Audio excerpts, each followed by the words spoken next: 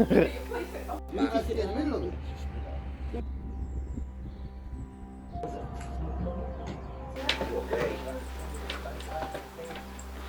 I sit in the middle of it. Because no, because you know I'm right. That was a day. How does it feel seeing your auntie like that? It's really upsetting. It kind of came on all of a sudden. 1 minute she was driving and the next minute she couldn't really look after herself very well. What have you done for her?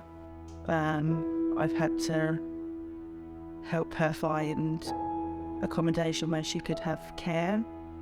We've had to have heaters in her bungalow and I've had to wash and dress her and change her.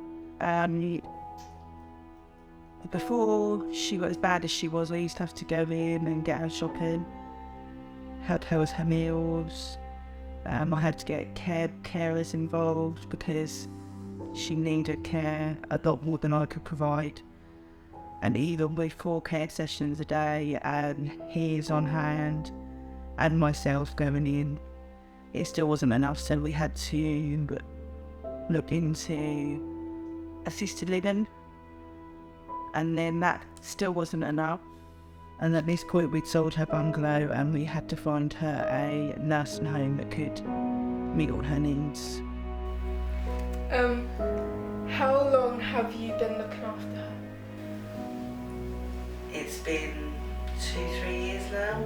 Have you looked after anyone before her? Yes, I looked after my granddad until he died. For how long? About 2 years as well. Can anyone else help? No one helps. Does all the paperwork, she goes and sees it every week. The rest of the family could help, but they choose not to. Why don't they? Because it's too sad seeing her like that, which is sad, but for me that's not a reason. It's not about them, it's about her. And she would be the first one if that was any of them that were going through what she is. Legit on the same road as any flat.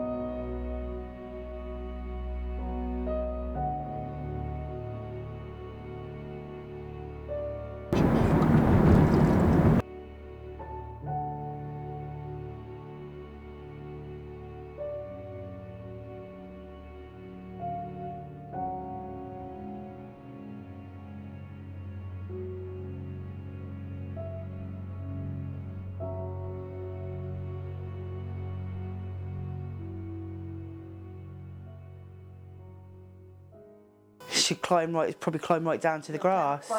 So what's your role in looking after your auntie? So basically I got all her needs looked into, got help getting her diagnosed. I'm still very much involved in her care, even though she's in a care home. I get the calls if there's something happening, if she falls. She has what is known as episodes where her body and her brain goes unresponsive, so she doesn't do anything, and this could happen up to 5 to 10 hours at a time. And I go and sit with her in these times. I have washed, dressed and changed her. I look after all her hospital appointments, make sure that she has everything she needs, deal with anything that I don't like going on in the home or things I disagree with. So realistically, you're an unpaid for carer. Yeah. Have you looked after anyone before in your life? Yes, my granddad. What was your role there? Again, basically, his carer. I would go in, get his shopping, do the cleaning, and then it developed to having to wash him, dress him, change his pads, call the doctors in, arrange extra support because me going in was just not enough. He needed, because of my illnesses, I needed support in supporting him. My family wasn't able to do that or chose not to do that, so I had to get the doctors involved, to get social involved, to get carers to come in. Again, I had to sit down, do all the care plans, sort all the financial stuff out, and I'd done that until he went into hospital. He was died. And then I was still going up to hospital every day to see him.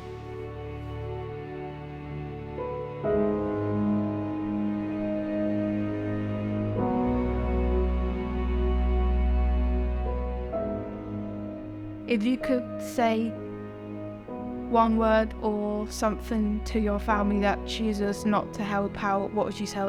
Selfish. They think because I don't work, not all of them, my sister not being one of them and my mum not being one of them, but my cousins and my aunties think because I don't work, I say, okay, Jen will do everything, but there's a reason I didn't work. And when I was looking after Granddad and Auntie, I wasn't looking after myself very well. The house wasn't looked after from my side anyway, how I normally would, because I was just totally exhausted. It took time away from my children, and I didn't really have a life because I could never plan anything, because if Granddad had a fall, if Auntie had a fall, I had to drop everything and go. And I'm not expecting them to go in and cleaning them and washing and dressing them, but even a little bit of time, they don't even really do that, most of them. They don't just go and stick with her. What do you mean? At what point did you realise you had to go on benefits? When I had my children. Was it an easy choice socially, emotionally and financially? No, not to begin with. But that is what it is. Has anything ever made you feel embarrassed to be on them? Maybe when I couldn't afford to get my children that they want sometimes. What was your life pre-COVID like while working and now, like when you were working? Well, I started working when Madison was about 3. I went back to work. So I still had help from benefit. It was top up. That was tiring. But thankfully I had a lot of family around me and friends around me to help me, because I used to work late. What was the hardest part about raising kids on benefits, and was there support out there and did you have access to it? Again, not being able to get the kids what they wanted all the time. Didn't really need outside support because I had such close family and friends to help me. They went to nursery and school, but other than that I didn't really need a lot of outside help. What's your reasons for being on benefits? What are my reasons now? I was working, I worked for 12 years as my children were growing up. Part-time, more than part-time. But over the years I developed my own illnesses. Would you go back to work, and did you enjoy it when you were working? If I could go back without being in pain and feeling how I feel every day, I would go back to work tomorrow. What has the cost of living crisis done to your way of life, i.e. is it math to live off? And it's more of a struggle than what it was before. Cost of living, my electric and gas, like everyone's, has gone up a lot. The price of food has gone up a lot, so that is harder than what it was to live on benefits than before COVID. Can you still live comfortably while living off benefits? I wouldn't say comfortably. I class like Sky and stuff as a luxury, but we do have it. But if we didn't have it, we'd obviously have more, but we've always got food. If you can and are willing to, what's the story that you want to share about hard times that you've been on? Maybe we'd have bought things for my house, or when appliances are broken and I've had to ask to borrow money or ask people to get it on credit for me. Can you still have fun and explore life while living on benefits? Probably can't explore life too much, but you can still have fun because you don't need money to have fun. Look, they're all doing, they stick the coats up together. They're all twins. Maddie is going to be a golfer, I think. Here she goes. She is. Whoa, good one.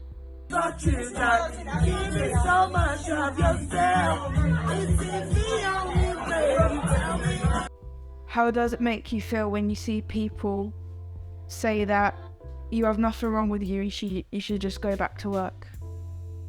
I think that comes when like invisible illnesses because I don't physically look disabled, people are very judgmental, and I suppose that maybe brings a little bit of a depression into some things, because people look at you and think you're fine. The government doesn't really recognise a lot of illnesses, which then makes it hard for other people, because like I said, I would like to go out to work, but it has a really bad knock-on effect on my home life because I can't do anything.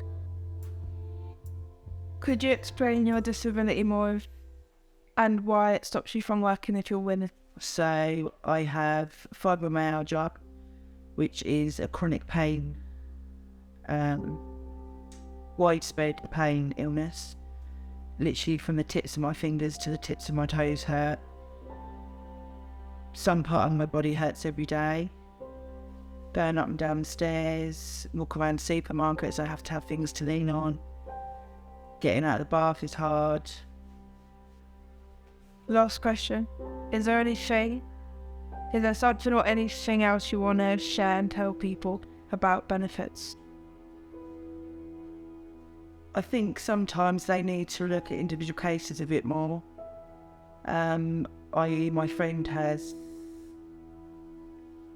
Crohn's and has had to have an operation, but because her partner works, she's only entitled to PIP and not really entitled to much else, which she could work more if she didn't have the illnesses she had, but because she can't, that prohibits her from working so much. So I think that shouldn't be on a case-by-case basis.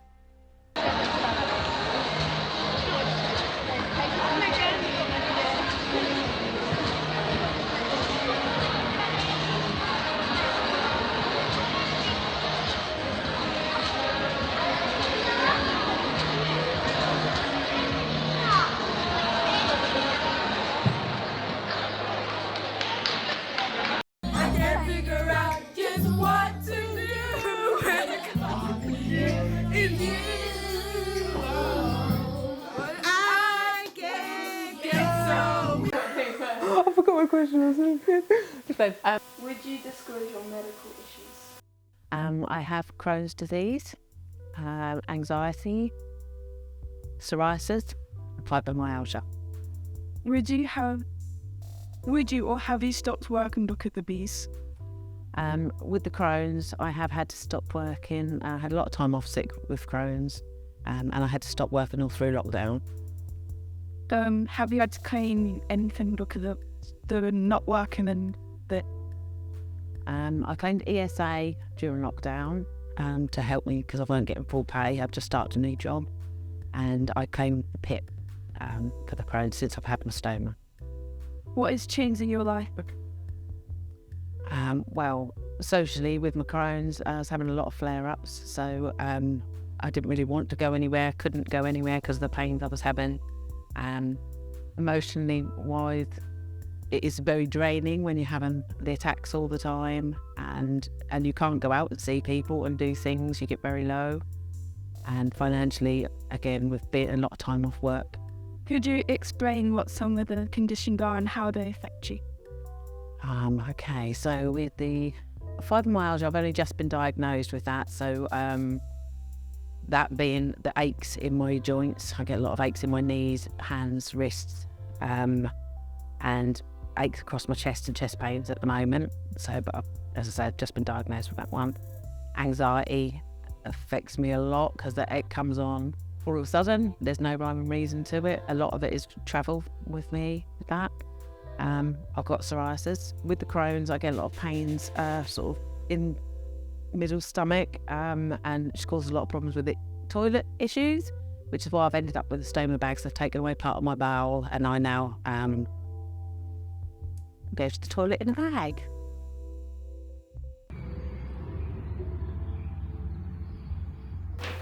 She went, no, I'll give you the money. I've already got to buy her breakfast. Oh, that's awful, that. Look, we busy. They go and check over the places wood and back the fence. It's your mum said. When did you realise you had to go on benefits? When I had my son in 1999. If you feel comfortable, could you say the reason why you live on benefits?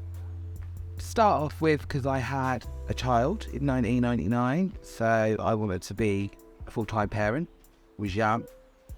And then later on in life, I developed mental health problems, anxiety, panic disorder and agoraphobia.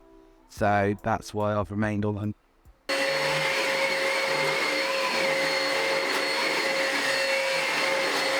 Agoraphobia, it can be a illness of somebody that's fearful of leaving the house or will only go out with a safe person, feel insecure.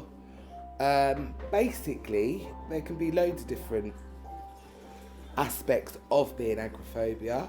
But yeah, a lot of people just think it's to do with I can't go outside into the open air. That is not the case at all. It could be you can go out, but only go out with someone that you feel safe with. Also, travelling to new places, that can make you feel a bit agoraphobia if you're unaware of it. Yeah, so the general term of people not just being able to go outside isn't a true statement. It varies from person to person. The other one. Huh? Has anything ever made you embarrassed to be on benefits? No, I'm not worried what other people think. What type of benefits have you been on or are you on? Universal credit, also HIP, which is person independence. Yeah, person independence payment. That's for my mental health. And housing benefit. Has the cost of living crisis changed you financially or any other? Yes, obviously the cost of living has caused rise on shopping, electric, gas, fuel, other things, but I manage it pretty well.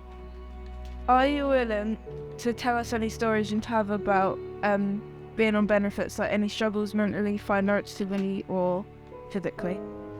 No, I've always been able to afford things I haven't gone without. I don't think I've gone without. My house is nice. I eat well. Yeah, personally for me, I get more than enough to be able to live on. What is your thoughts on people that abuse the system? Disgusting. Absolutely disgusting. Don't agree with it, but it's got nothing to do with me. I just think it's unfair that other people are really, really struggling, yet some people decide to work and claim. I don't. Personally, for me, I don't agree with it. It's the tea bag out, then put the water in, or do you do the water then tea bag? I literally do. Sometimes The water in, then she puts then she takes the tea bag out, then she puts the milk in. But it makes it taste like really bitter to me. You like baby tea? Right? Yeah. Baby tea. It's messed up at the top for most of